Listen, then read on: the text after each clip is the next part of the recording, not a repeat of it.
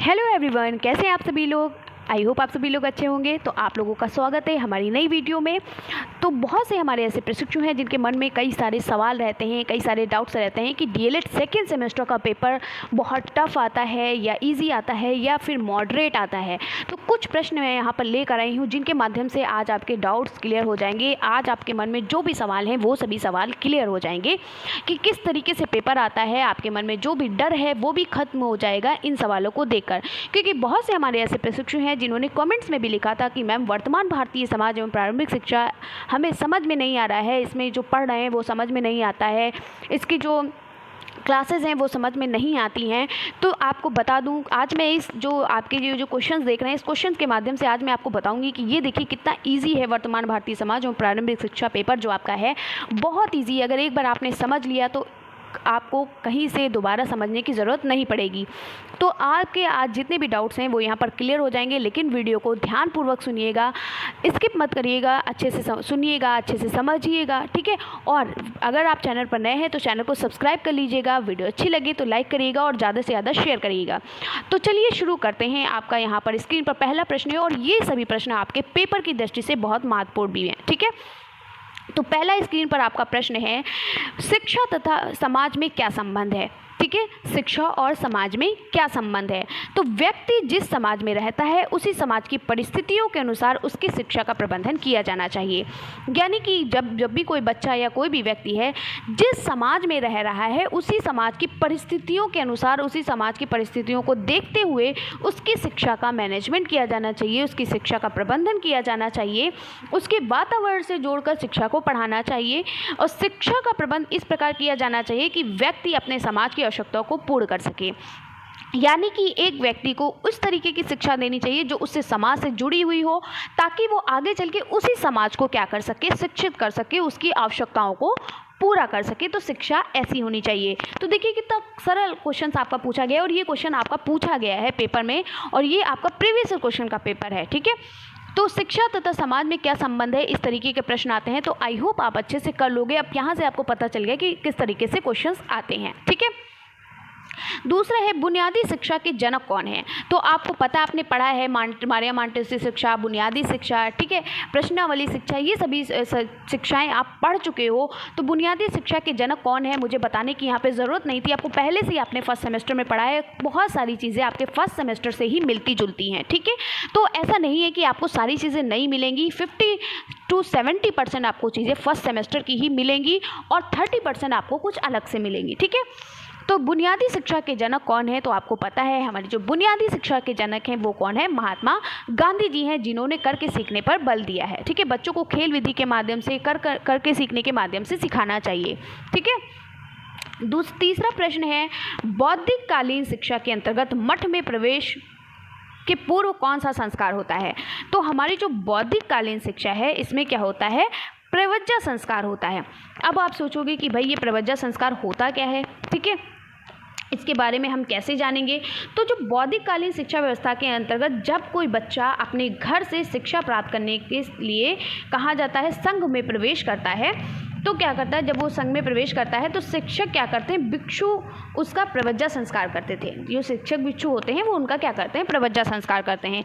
इसके दौरान होता क्या है, तो इसके दौरान शिक्षक शिष्य के 3 वचन बोलने के लिए कहता है। पहला वचन जो होता है वो होता है कि बुद्ध शरणम गच्छामि, दूसरा वर्ड होता है संगम शरणम गच्छामि, तीसरा वर्ड होता है धर्मम शरणम गच्छामि, ठीक है। तो प्रवज्जा संस्कार में होता क्या है, ये 3 शब्द बोलने के लिए कहता है जब बच्चा उस संघ में प्रवेश करता है और अपने गुरु के समीप आता है, ठीक है। और इसके साथ साथ वो ये 3 वचन बोलने के साथ साथ गुरु क्या करता है, अपने शिष्य को 10 नियमों से भी अवगत कराता है, 10 नियमों को भी बोलता है करने के लिए। पहला नियम क्या होता है, झूठ ना बोलना।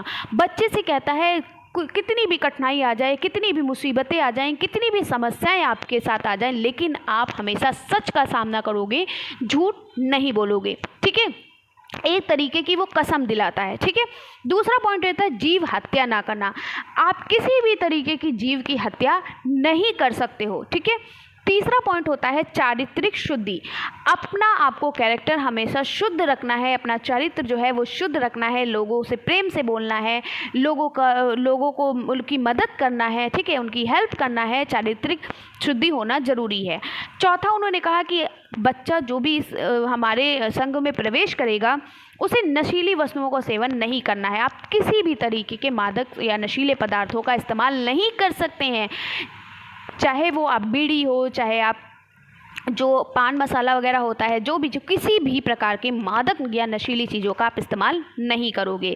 पांचवा उन्होंने कहा कि अभद्र भाषा का प्रयोग नहीं करना। अभद्र भाषा का मतलब ये होता है कि आप किसी को गाली गलौज नहीं कर सकते हो, आप किसी को गाली नहीं दे सकते हो, आप किसी को ऐसे शब्द नहीं बोल सकते हो जिससे दूसरों को पीड़ा पहुँचे। ठीक है, इसके साथ साथ उन्होंने कहा छठा जो उनका नियम था वो ये था कि सोने चांदी की वस्तुएं उपहार में ना लेना।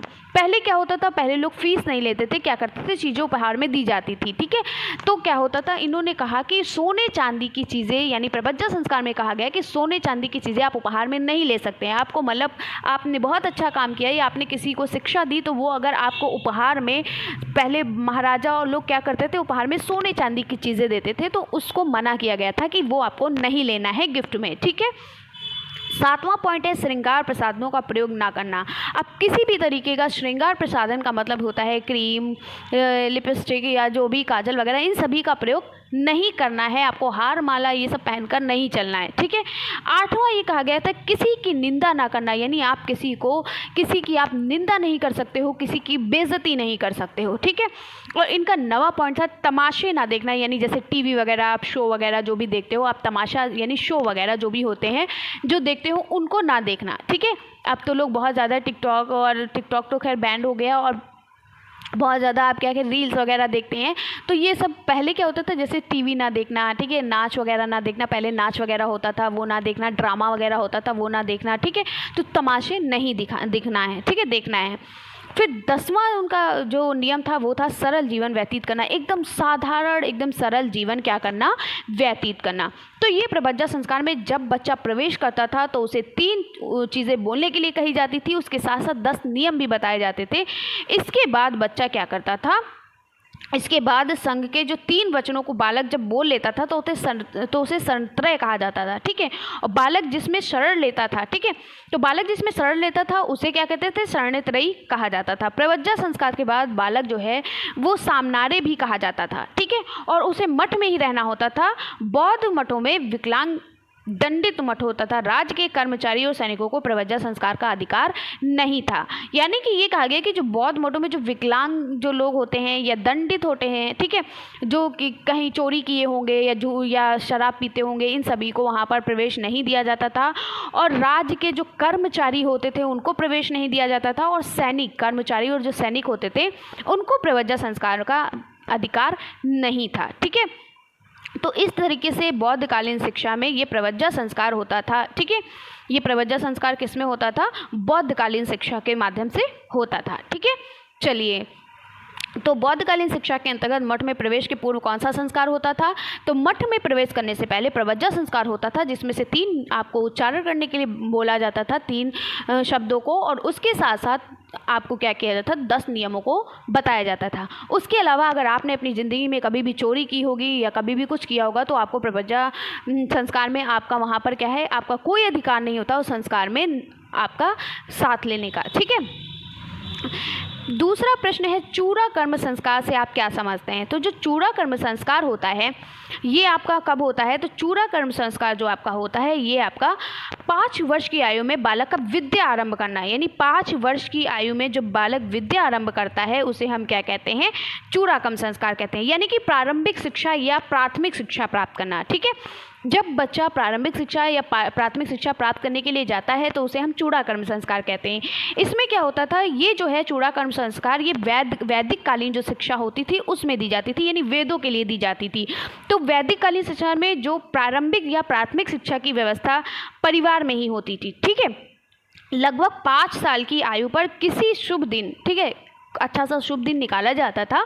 उस शुभ दिन क्या होता था, विद्या आरंभ संस्कार या चूड़ा कर्म संस्कार होता था। इसको अगर इस तरीके से लिख दिया जाए कि विद्या आरंभ संस्कार से आप क्या समझते हैं तो भी बात एक ही है, और चूड़ा कर्म संस्कार कहा जाए तो भी बात एक ही है। यानी विद्या को शुरू करने का संस्कार कब होता था, किसी एक दिन शुभ दिन निकाल करके किया जाता था। इसका कोई ये नहीं था कि मई में होगा, जून में होगा, जुलाई में होगा। किसी बच्चा जब 5 वर्ष का हो जाता था और किसी एक शुभ दिन निकाल करके ये संस्कार किया जाता था। ठीक है, तो इसमें क्या होता था, ये संस्कार जो है परिवार के जो कुल पुरोहित जी पहले होते थे ना, पंडित जी होते थे, कुल पुरोहित जी होते थे, उनके सामने बच्चे को क्या किया जाता था, उपस्थित किया जाता था, प्रेजेंट किया जाता था।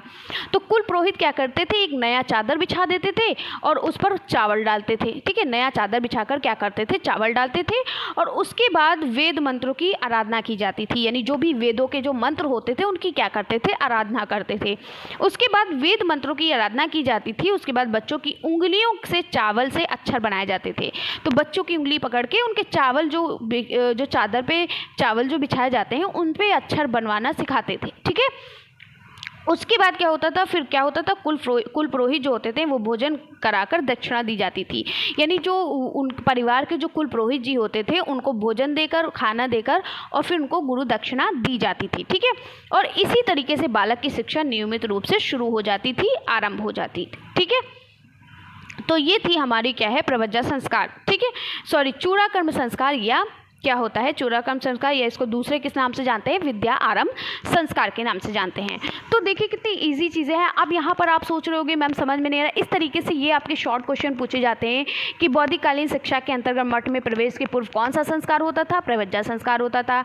आपको याद करना है बौद्धिककालीन शिक्षा में कौन कौन से संस्कार होते थे और वैदिककालीन शिक्षा में कौन कौन से संस्कार होते थे, मुस्लिम युगीन शिक्षा में कौन कौन से संस्कार होते थे। ये सभी चीज़ें बस आपको याद करनी है। शॉर्ट में इतना ही पूछा जाता है, लॉन्ग में पूछ लिया जाएगा कि उपनयन संस्कार क्या है, चूड़ाकर्म संस्कार क्या है, प्रवज्जा संस्कार क्या है। ठीक है, इस तरीके से पूछ लिया जाएगा। तो आपको मैं अच्छे से समझा रही हूँ और इसको डिटेल में और सही तरीके से अगर समझना है तो आप मेरी क्लासेस को देखिए।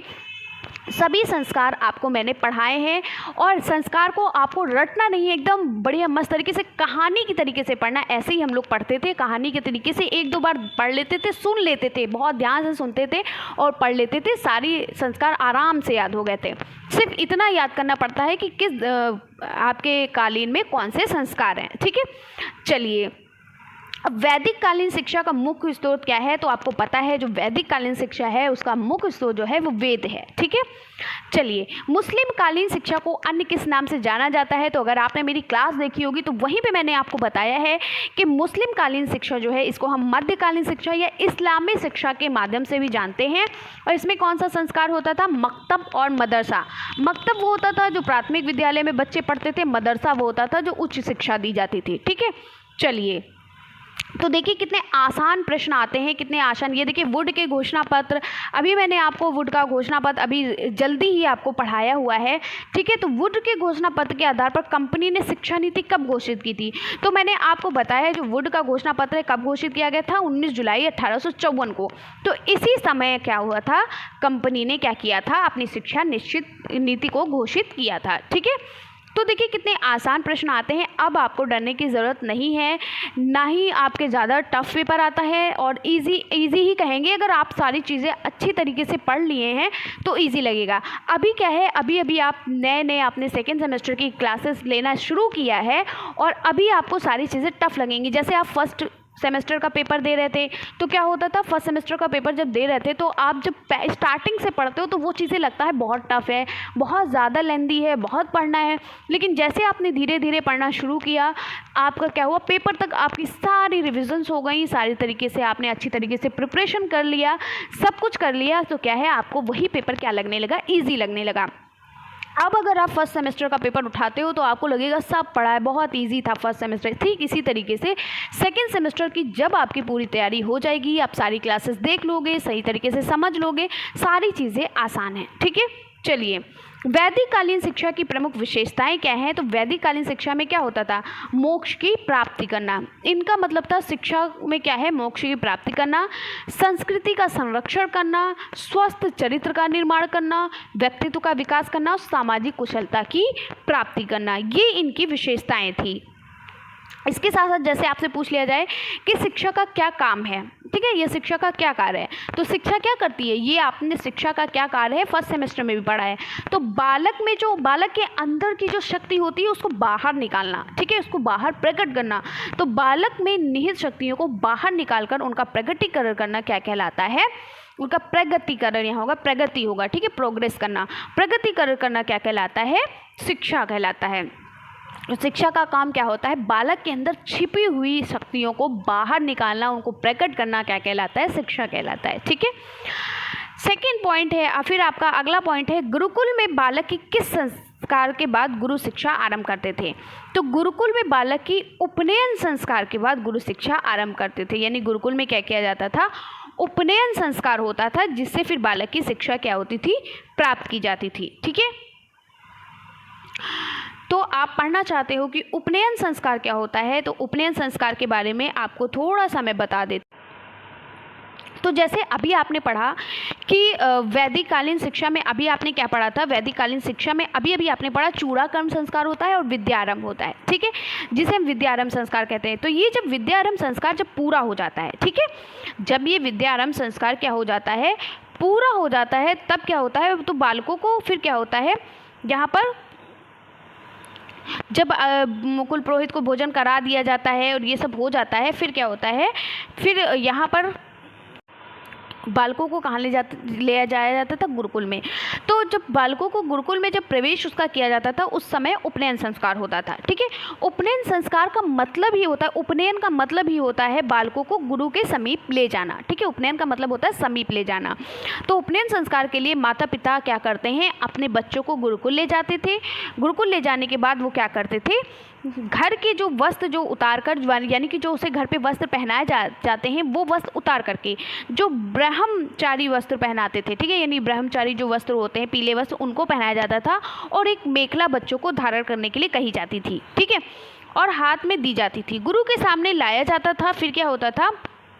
पिता अपने बच्चे को गुरुकुल ले जाते थे, घर के वस्त्र उतारकर ब्रह्मचारी वस्त्र पहनाते थे। ठीक है, और उसे मेखला धारण कराई जाती थी और हाथ में समिधा दी जाती थी। फिर क्या होता था? गुरु के सामने लाया जाता था, उसके बाद वे हवन वगैरह करते थे, हवन या अर्चना वगैरह करते थे, पूजा करते थे। ठीक है, ये सब करने के बाद गुरु क्या करते थे? उस शिष्य के रूप में उसे स्वीकार कर लेता था। यानी बच्चे को ब्रह्मचारी वस्त्र में उसे गुरु के पास ले जाया जाता था। ले जाने के बाद वहाँ पर जो भी पूजा अर्चना वगैरह होती थी, उस पूजा अर्चना वगैरह करने के बाद बच्चे को क्या किया जाता था? गुरु क्या कर लेता था? अपना शिष्य मान लेता था। ठीक है, फिर उसके बाद क्या करता था? उसका भरण पोषण और उसका दायित्व अपने ऊपर ले लेता था, कि मतलब इसकी पढ़ाई लिखाई खाना पीना सब उस अपने हाथ में गुरु ले लेता था। ठीक है, और शिष्य भी क्या करता था? अपने गुरु का बहुत ज़्यादा सम्मान करते थे। ठीक है, और गुरु के नियमों का पालन भी करते थे। गुरु उसे गुरुकुल के शिष्य के रूप में स्वीकार करता था और वह गुरुकुल का ब्रह्मचारी भी कहा जाता था। तो इस तरीके से क्या होता था? उपनयन संस्कार किया जाता था। ठीक है, नेक्स्ट क्वेश्चन है, किस कक्षा तक की शिक्षा प्रारंभिक शिक्षा कहलाती है? तो आपको पता है कि कक्षा 1 से लेकर 8 तक की शिक्षा प्रारंभिक शिक्षा या प्राथमिक शिक्षा कहलाती है। ठीक है, नेक्स्ट है, शिक्षा के कितने प्रकार होते हैं? तो आपको पता है शिक्षा के 3 प्रकार होते हैं। कौन कौन से होते हैं? औपचारिक शिक्षा, अनौपचारिक शिक्षा और निरौपचारिक शिक्षा। बहुत अच्छे से, बहुत डिटेल में मैंने क्लासेस में पढ़ाया है। और इस औपचारिक शिक्षा, अनौपचारिक शिक्षा और निरौपचारिक शिक्षा को पढ़ने से पहले आपको बता दूं, जो भी PDF है, देखिए आप साथ ही साथ नोट्स बनाते चलिए, क्योंकि नोट्स बनाने से आपके ये फ़ायदे होते हैं कि आप जब भी एग्ज़ाम के लिए तैयारी करते हो तो आपको एग्ज़ाम्स के टाइम ज़्यादा दिक्कत नहीं होती पढ़ने में। आपने नोट्स उठाया और पढ़ना शुरू कर दिया। ठीक है, कुछ चीज़ें होती हैं कि अलग अलग वीडियोस में बताई गई, तो आपको नहीं याद रहता है कि किस वीडियो में क्या चीज़ पढ़नी थी। मान लो आपको कोई भी चीज़ ढूंढनी है और आपको पता नहीं है कि वो किस वीडियो में थी, तो कम से कम आप अपने नोट्स को उठाकर पलटिए और देखिए कि कहाँ पर क्या चीज़ लिखी हुई है, उसको रट लेंगे, आप पढ़ लेंगे। ठीक है, तो साथ ही साथ नोट्स बनाते चलिए। अब आपके मन में ये डाउट्स रहेगा कि नोट्स कहाँ से बनाएं, तो आप टेलीग्राम चैनल को ज्वाइन कर लीजिए। KK एजुकेशन 46 के नाम से हमारा टेलीग्राम चैनल है। डिस्क्रिप्शन बॉक्स में आपको लिंक मिल जाएगी। इसके साथ साथ आप सर्च करिए, अगर डिस्क्रिप्शन बॉक्स में लिंक मिल रही है, अगर वहाँ पर क्लिक करने से अगर नहीं ओपन हो रहा है, तो आप KK एजुकेशन 46 के नाम से आप उस पर सर्च करिए, टेलीग्राम पर जा करके आपको मिल जाएगी। ठीक है, वहाँ पर आपको सारी PDFs ये प्रोवाइड हो जाएंगी। और इसके साथ साथ आपको ये भी पता चला होगा कि कैसा पेपर आता है। तो बस पेपर में आपको जो फर्स्ट सेमेस्टर पेपर है वो एकदम ध्यानपूर्वक समझिए। सिर्फ और सिर्फ आपके संस्कार पूछे जाते हैं। उपनयन संस्कार क्या होता है, ठीक है, जितने भी संस्कार है ये पूछा जाता है। बौद्धिक कालीन शिक्षा, वैदिक कालीन शिक्षा, मुस्लिम युगीन शिक्षा के उद्देश्य क्या है, उनकी क्या विशेषताएं, इससे बाहर कुछ भी नहीं पूछा जाता। हर साल यही चीज़ें पूछी जाती हैं, रिपीट की जाती हैं। ठीक है, इसके साथ साथ एनसीईआरटी का फुल फॉर्म क्या होता है, इसकी स्थापना कहाँ हुई, ठीक है, ये कब लागू हुआ, इसके बारे में पूछा जाता है। एससीईआरटी का फुल फॉर्म बताइए, एससीईआरटी की स्थापना कहाँ हुई, ठीक है, इसका मुख्यालय कहाँ पर है, ये पूछा जाता है। इसके साथ साथ शिक्षा के क्या उद्देश्य हैं, समाज और शिक्षा में क्या संबंध है, जो भी चीज़ें पूछी जाती हैं यहाँ पर मैंने आपको सारी चीज़ें बता दी। आपको इसी के अनुसार सारी चीज़ें पढ़नी है। अब आपके मन में किसी भी तरीके का कोई डाउट्स नहीं होना चाहिए, क्योंकि जितने भी इंपॉर्टेंट टॉपिक हैं, जितनी भी चीज़ें यहाँ पर मैंने आपको बताई हैं, ठीक है। इसके साथ साथ कुछ और टॉपिक्स हैं जिनको भी मैं आपको कवर करा दूंगी, जैसे आपका निःशुल्क एवं अनिवार्य शिक्षा के बारे में पूछा जाता है, एनसीएफ 2005 के बारे में पूछा जाता है, ठीक है।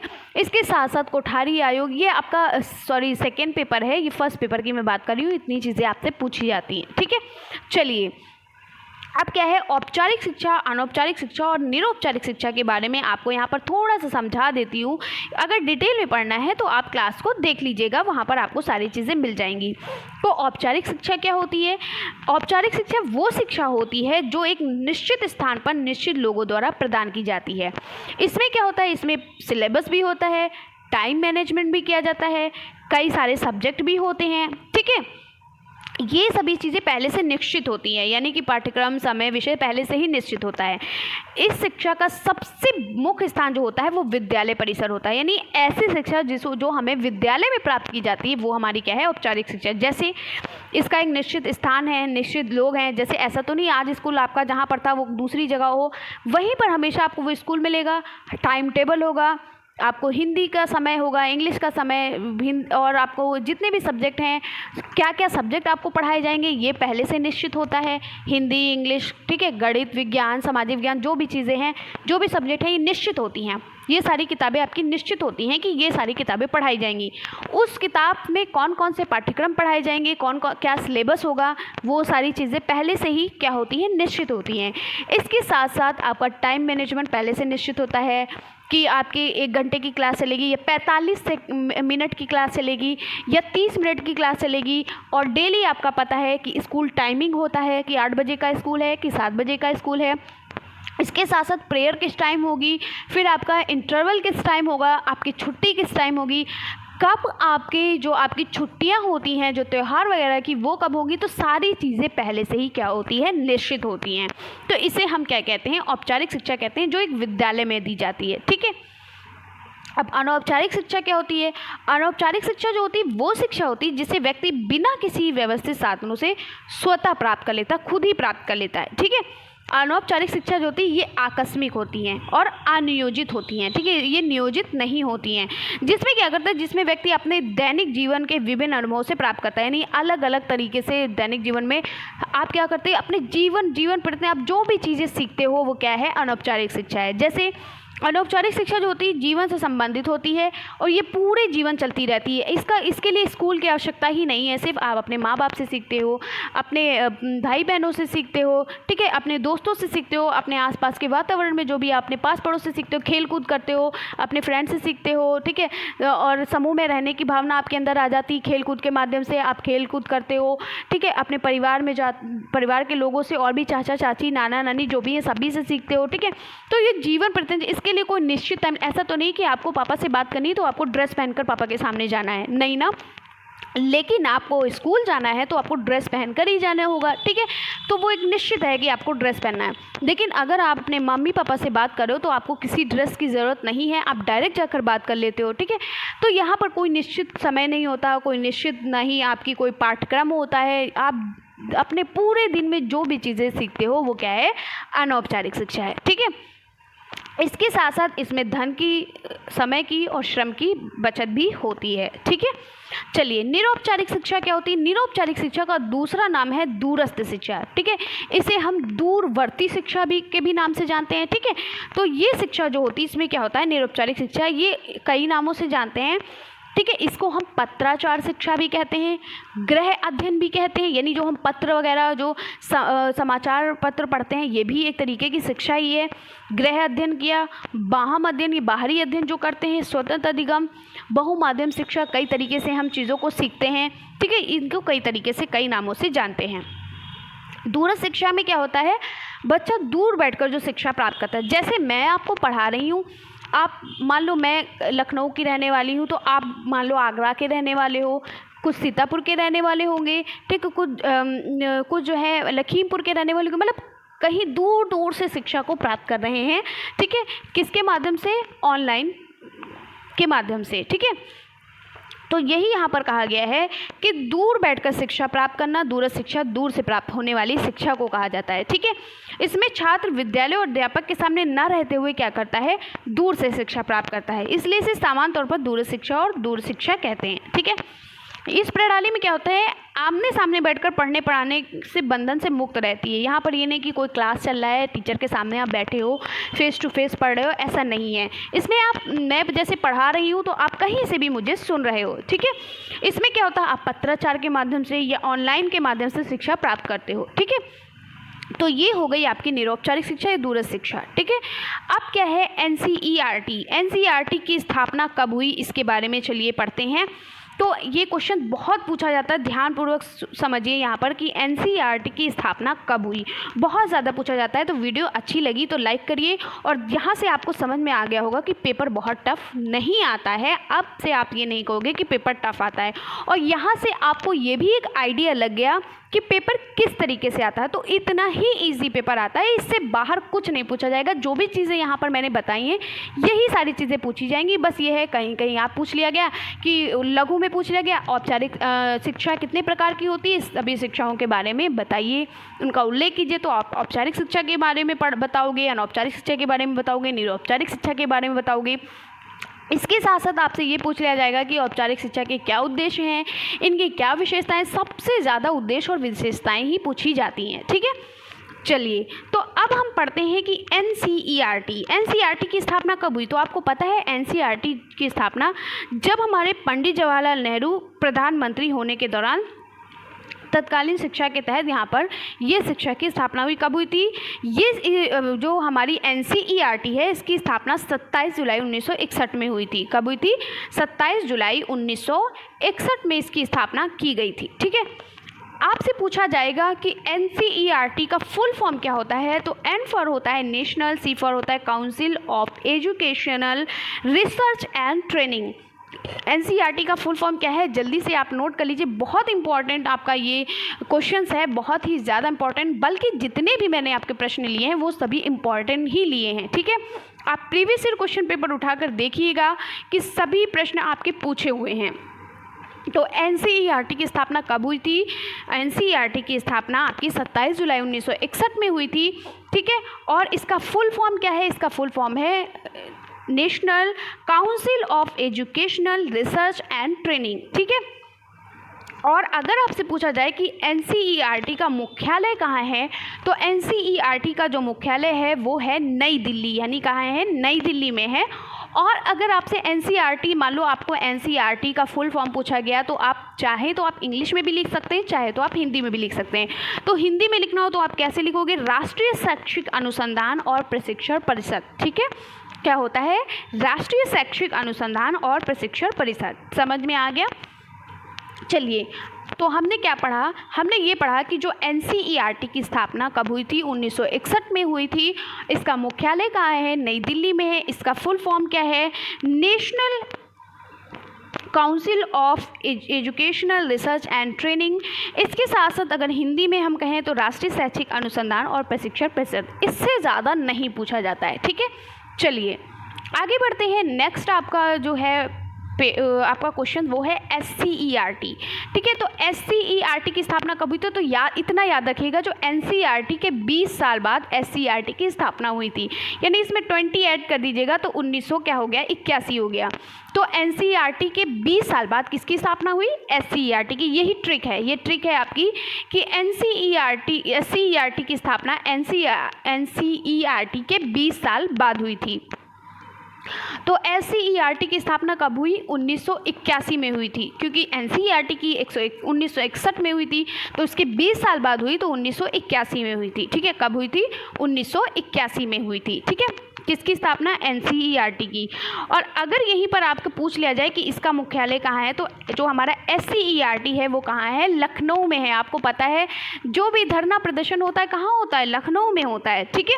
शिक्षक से संबंधित जो भी धरना प्रदर्शन होता है कहाँ होता है, SCERT, और SCERT में कहाँ है, SCERT हमारा लखनऊ में है, ठीक है। तो लखनऊ में हमारा क्या होता है, धरना वगैरह जो भी होता है वो कहाँ होता है, SCERT में होता है, और कहाँ होता है, लखनऊ में होता है, ठीक है। इसके साथ साथ अगर ये पूछा जाए कि SCERT का फुल फॉर्म क्या होता है, तो आप क्या लिखोगे, तो SCERT का फुल फॉर्म जो होता है वो होता है, अभी आपने क्या पढ़ा था, आपने पढ़ा राष्ट्रीय शैक्षिक अनुसंधान एंड फॉर नेशनल होता है, यानी राष्ट्रीय होता है। इसी तरीके से SCERT को आप क्या कहोगे, राज्य शैक्षिक अनुसंधान एवं प्रशिक्षण परिषद, ठीक है। क्या कहोगे, राज्य शैक्षिक अनुसंधान एवं प्रशिक्षण परिषद, ये होता है आपका SCERT का फुल फॉर्म, ठीक है। यानी कि आप ये भी कह सकते हो, आप क्या कह सकते हो, state council of educational research and training. समझ में आ गया। तो इस तरीके से आपके प्रश्न आते हैं। देखिए बहुत टफ क्वेश्चंस आपके नहीं आते हैं जिन्हें आप नहीं कर सकते हो, बहुत आसान प्रश्न आते हैं। देखिए सबसे ज़्यादा इम्पॉर्टेंट पॉइंट यही है कि आपको क्या करना है, सारे जितने भी आपके संस्कार हैं वो सभी पढ़ लेना। आप कौन सा संस्कार किस में आता है ये समझ लीजिएगा, ठीक है। और ये पढ़ लीजिएगा कि वैदिक कालीन शिक्षा का दूसरा नाम क्या है, बौद्ध कालीन शिक्षा का, या मुस्लिम युगीन शिक्षा का। इस तरीके से चीज़ें पढ़नी है, ज़्यादा कोई फालतू चीज़ें नहीं आती हैं। ऐसी बहुत ईजी पेपर आता है। अगर आपने पढ़ा है तो बहुत इजी है, नहीं पढ़ा है तो आपके लिए टफ भी है, ठीक है। तो हमारे प्रशिक्षुओं के मन में जो भी डाउट्स हैं वो आप क्लियर हो गए होंगे। कमेंट्स में बताइएगा कि आपको वीडियो कैसी लगी और क्या आपके डाउट्स क्लियर हुए। और इसके अलावा भी अगर आपके मन में कोई डाउट्स हैं तो आप बिल्कुल बेझिझक क्लियर कर सकते हैं कॉमेंट्स के माध्यम से। आपको पता है कि मैं आपके कॉमेंट्स का रिप्लाई तुरंत करती हूँ। तो चलिए फिर मिलते हैं इसी तरीके से नेक्स्ट वीडियो में। वीडियो को पूरा देखने के लिए बहुत बहुत धन्यवाद। और अगर वीडियो को शेयर नहीं किया है तो जल्दी से शेयर कर लीजिए और सब्सक्राइब कर लीजिए, ठीक है। तो मिलते हैं नेक्स्ट वीडियो में, तब तक के लिए बाय बाय, टेक केयर।